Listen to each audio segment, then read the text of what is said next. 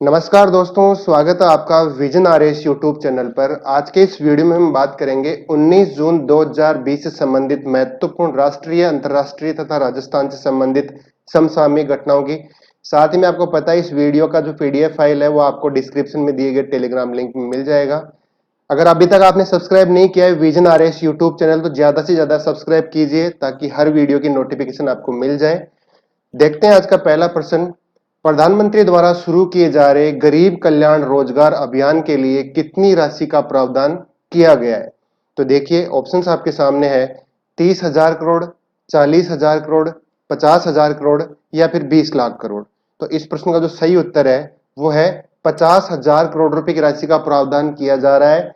भारत के प्रधानमंत्री ने इस योजना का ऐलान किया। योजना कौन सी है? गरीब कल्याण रोजगार अभियान। अब देखते हैं इस योजना के बारे में।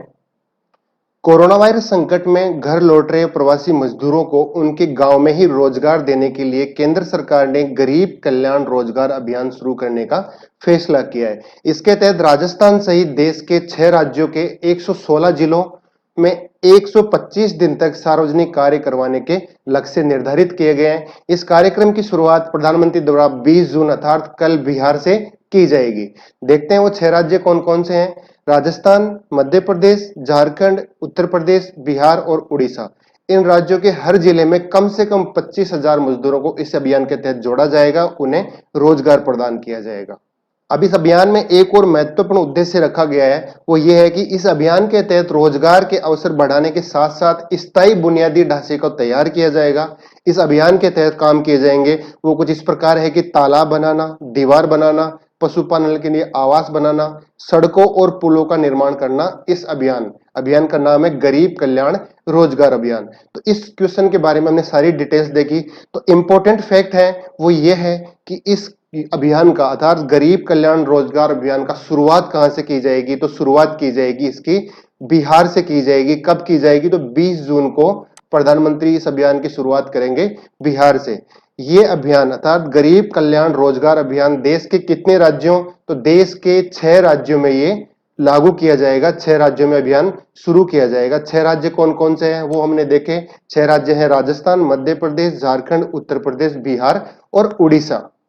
अब इस अभियान को शुरुआत करने की जरूरत इसलिए महसूस हुई कि प्रवासी मजदूर जो कि कोरोना वायरस संकट के चलते दूसरे राज्यों में रोजगार करते थे, अपनी आजीविका कमा रहे थे, उनको अपने जो जन्म स्थान है वहां पे लौटना पड़ा।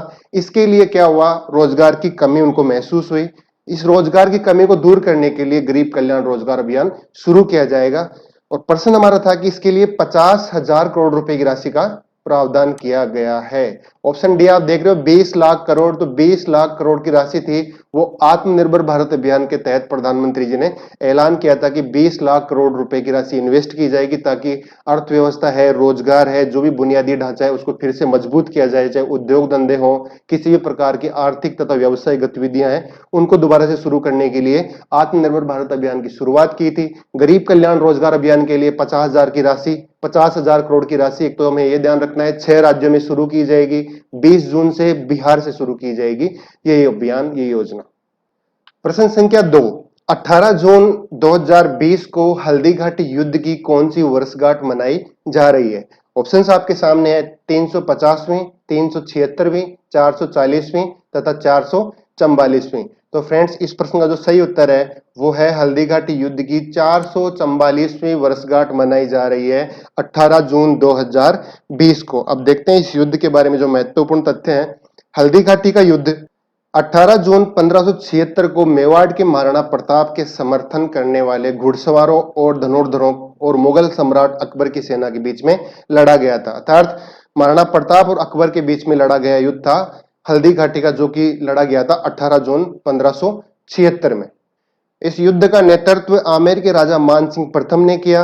इस युद्ध में महाराणा प्रताप का मुख्य रूप से भील जनजाति ने सहयोग किया था।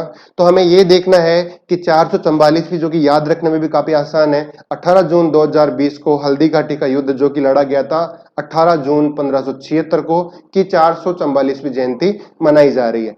अब मेरा आप सबसे क्वेश्चन है ये है कि आप मुझे कमेंट बॉक्स में बताओगे कि हल्दी घाटी कहां पे है, हल्दी घाटी किस क्षेत्र में स्थित है। इसके बारे में जितनी भी जानकारी आपके पास में और है वो मुझे कमेंट बॉक्स में साझा करेंगे आप लोग। प्रश्न संख्या 3 है, Rajasthan council of school education की शिक्षा रैंकिंग में कौन सा जिला शीर्ष पर रहा? आपके सामने ऑप्शंस दे रखे हैं, हनुमानगढ़, जयपुर, अजमेर और प्रतापगढ़।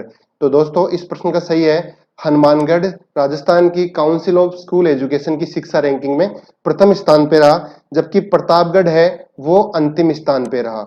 शिक्षा विभाग की ओर से हर महीने शिक्षा रैंकिंग जारी की जाती है। वर्तमान में जो शिक्षा रैंकिंग जारी हुई वो कोरोना वायरस महामारी के चलते 3 माह से जारी की गई है, जिसमें हनुमानगढ़ शीर्ष स्थान पे रहा और प्रतापगढ़ अंतिम स्थान पे रहा। इसमें जो शिक्षा के माध्यम होते हैं, जिस प्रकार से जो शिक्षा का इंफ्रास्ट्रक्चर होता है, उसके आधार पर ये रैंकिंग जारी की जाती है पर माह। लेकिन इस बार जो जारी की गई वो की गई 3 माह से जारी की कोरोना वायरस के संकट के चलते। प्रश्न संख्या 4 है, मानव अधिकार सुरक्षा संगठन भारत में राजस्थान के प्रदेश सचिव के रूप में किन्हें नियुक्त किया गया? ऑप्शंस आपके सामने है, ममता भूपेश, गीता रावत, वसुंधरा राजे या दिया कुमारी। तो इस प्रश्न का जो सही उत्तर है वो है गीता रावत को मानव अधिकार सुरक्षा संगठन भारत में राजस्थान के प्रदेश सचिव के रूप में नियुक्त किया गया है। अभी संगठन के बारे में जानकारी हमारे पास में यह है कि मानव अधिकार सुरक्षा संगठन का मुख्य कार्य समाज के हित में जनहित से जुड़े मुद्दों को शासन व प्रशासन से अवगत कराते हुए सरकार के सहयोग से पीड़ितों को जनहित तथा न्याय हित में सहायता करवाना इस अर्थात मानव अधिकार सुरक्षा संगठन का मुख्य उद्देश्य है। वर्तमान में मानव अधिकार सुरक्षा संगठन भारत के राष्ट्रीय सचिव हैं श्री शिवाजी सिंह राठौड़ तथा राष्ट्रीय महासचिव है छत्रपाल सिंह। हमें याद रखना है राजस्थान के जो पर्सपेक्टिव में कि गीता रावत को मानव अधिकार सुरक्षा संगठन भारत में राजस्थान के प्रदेश सचिव के रूप में नियुक्त किया गया है। आप देख सकते हो मानव अधिकार सुरक्षा संगठन का जो लोगो है। कोविड-19 के चलते राज्य में उद्योग धंधों को राहत देने हेतु सुझाव समिति का गठन किया गया। उस समिति के अध्यक्ष बनाए गए। ऑप्शंस आपके सामने है, अशोक गहलोत, सचिन पायलट, डीबी गुप्ता और डॉक्टर सुबोध अग्रवाल। तो फ्रेंड्स इस प्रश्न का जो सही उत्तर है वो है डॉक्टर सुबोध अग्रवाल को उद्योग धंधों को राहत देने हेतु बनाई गई समिति, गठित की गई समिति के अध्यक्ष बनाए गए हैं। अब देखते हैं समिति के बारे में क्या है।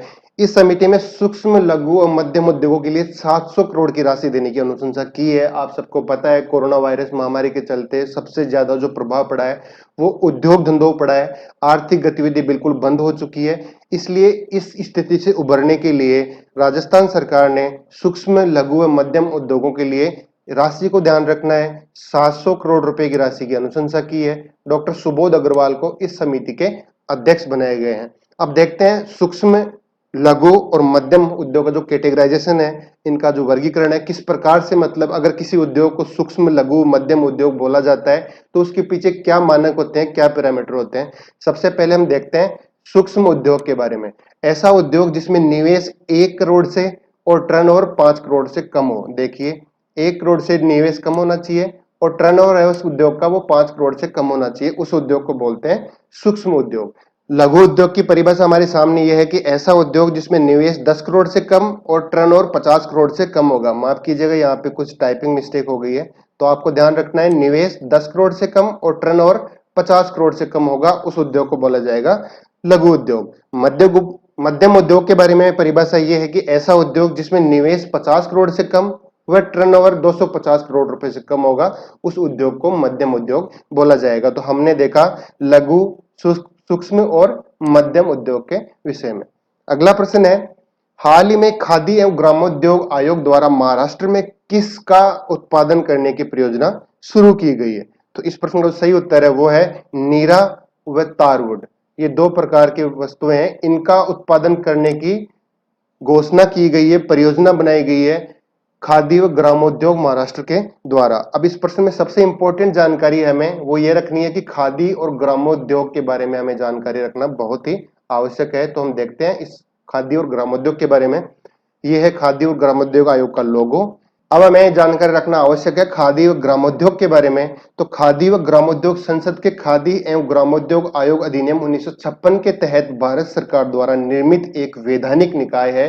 यह भारत में खादी और ग्रामोद्योग से संबंधित सूक्ष्म, लघु व मध्यम उद्योग मंत्रालय भारत सरकार के अंदर काम आने वाली एक शीर्ष संस्था है, जिसका मुख्य उद्देश्य ग्रामीण इलाकों में खादी एवं ग्रामोद्योग की स्थापना, उनका विकास करके एक योजना बनाना, योजना को प्रसार करना, सुविधाएं तैयार करना और सहायता प्रदान करना, यह है खाद्य और ग्रामोद्योग का उद्देश्य, जिसमें यह आवश्यकता अनुसार ग्रामीण विकास के क्षेत्र में कार्यरत अन्य एजेंसियों की सहायता भी ले सकता है खाद्य एवं ग्रामोद्योग आयोग। तो ये हमने देखा कि महाराष्ट्र में नीरा और टारवुड की जो उत्पादन की परियोजना शुरू कर रहा है खाद्य और ग्रामोद्योग, खाद्य ग्रामोद्योग का लोगो, इसके साथ में इसके बारे में जानकारी यहाँ पे दे रखी है। तो आप इस वीडियो को पॉज करके पूरी जानकारी नोट कर सकते हो। प्रश्न संख्या 7, राजस्थान में स्वतंत्रता सेनानियों की पेंशन 20,000 प्रतिमाह से बढ़ाकर कितने रुपए कर दी गई है? ऑप्शंस आपके सामने है, 22,000 रुपए, 24,000 रुपए, 25,000 रुपए या फिर 27,000 रुपए। तो फ्रेंड्स इस प्रश्न का जो सही उत्तर है वो है 25,000 रुपए बढ़ाकर कर दी है स्वतंत्रता सेनानियों को दी जाने वाली पेंशन, जो कि पहले थी 20,000 रुपए प्रति माह। इसके बारे में और जानकारी हमारे पास में यह है कि स्वतंत्रता सेनानियों को पेंशन 25,000 रुपए देने के अतिरिक्त चिकित्सा सहायता हेतु जो 4,000 रुपए दिए जाते थे उनको बढ़ाकर कर दिया है 5,000 रुपए।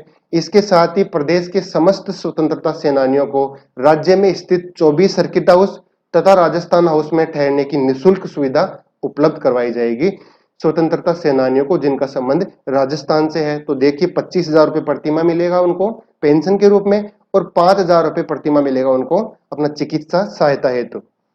प्रश्न संख्या 8, राज्य में सरकारी विद्यालयों के बच्चों में कंप्यूटर आधारित शिक्षा को बढ़ावा देने हेतु कौन सी योजनाएं चलाई जा रही है? काफी इंपॉर्टेंट क्वेश्चन है।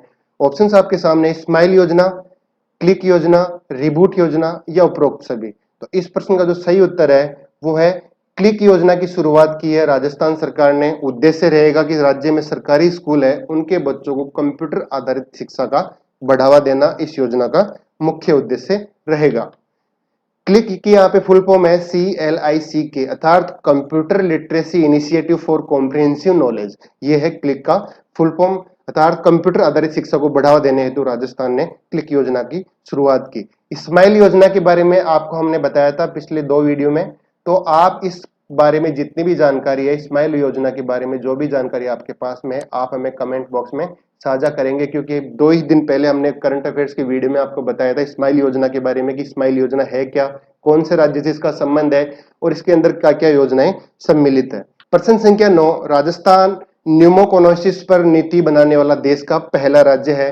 न्यूमोकोनोसिस शरीर के कौन से अंग से संबंधित है? ऑप्शंस आपके सामने है, फेफड़े, मस्तिष्क, तंत्रिका तंत्र या अग्नाशय। तो इस प्रश्न का जो सही उत्तर है वो है न्यूमोकोनोसिस फेफड़ों से संबंधित एक बीमारी है। इसके बारे में देखते हैं किस प्रकार राजस्थान के मुख्यमंत्री ने न्यूमोकोनोसिस के रोगियों की जांच, बचाव, नियंत्रण और उनके पुनर्वास के लिए एक नीति बनाई, उसकी घोषणा की। ऐसा करने वाला राजस्थान देश का पहला राज्य है। न्यूमोकोनोसिस एक बीमारी है जो फेफड़ों से संबंधित है। इस बीमारी में श्वसन के साथ में फेफड़ों में धूल कणों का प्रवेश हो जाता है। वर्तमान में राजस्थान में लगभग 20,000 से ज्यादा लोग हैं वो इस बीमारी से पीड़ित है। जैसा कि आपको पता है राजस्थान एक मरुस्थलीय राज्य है, यहाँ पे आंधियां चलती हैं, धूल उड़ती है, जो थार मरुस्थल का ये विस्तार है यहाँ राजस्थान में सर्वाधिक है। तो उसके कारण क्या होता है, यहाँ के जो लोग होते हैं उनमें श्वसन के दौरान धूल कण है उनके फेफड़ों में प्रवेश कर जाते हैं।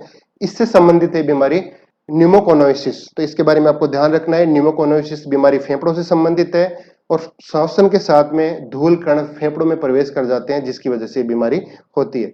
प्रश्न संख्या 10, भारत ने पशुपति मंदिर परिसर में इंफ्रास्ट्रक्चर विकास के लिए 2 करोड़ 33 लाख रुपए देने की घोषणा की है। यह मंदिर किस पड़ोसी देश में स्थित है? ये देखिए पशुपति जो नाथ मंदिर है। तो ऑप्शन हमारे सामने है, नेपाल, भूटान, बांग्लादेश व श्रीलंका। तो पशुपतिनाथ मंदिर नेपाल में स्थित है। इस मंदिर की इंफ्रास्ट्रक्चर विकास के लिए इसके पुनर्निर्माण के लिए भारत ने 2 करोड़ 33 लाख रुपए की आर्थिक सहायता नेपाल को दी। वर्तमान में भारत और नेपाल के बीच में सीमा पर कुछ स्थिति अच्छी नहीं है, लेकिन इस दौरान भी भारत ने पशुपतिनाथ मंदिर के इंफ्रास्ट्रक्चर विकास के लिए 2 करोड़ 33 लाख रुपए की आर्थिक सहायता दी है। नेपाल में स्थित यह मंदिर यूनेस्को की विश्व धरोहर सूची में शामिल है तथा वहां पे एक बहुत ही महत्वपूर्ण पर्यटन का स्थल है।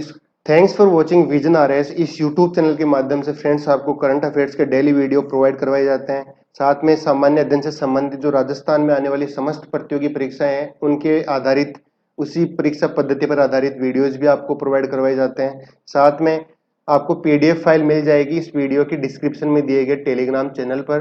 अगर अभी तक आपने सब्सक्राइब नहीं किया है विजन आरएस यूट्यूब चैनल को, तो जल्द से जल्द सब्सक्राइब कीजिए ताकि आपको आने वाले सभी वीडियोस की अपडेट मिल जाएगी। साथ ही अपने दोस्तों में भी इस यूट्यूब चैनल को शेयर कीजिए ताकि वो भी ज्यादा से ज्यादा इस चैनल का फायदा उठा सके अपनी एग्जाम की तैयारी करने में। So thanks for watching.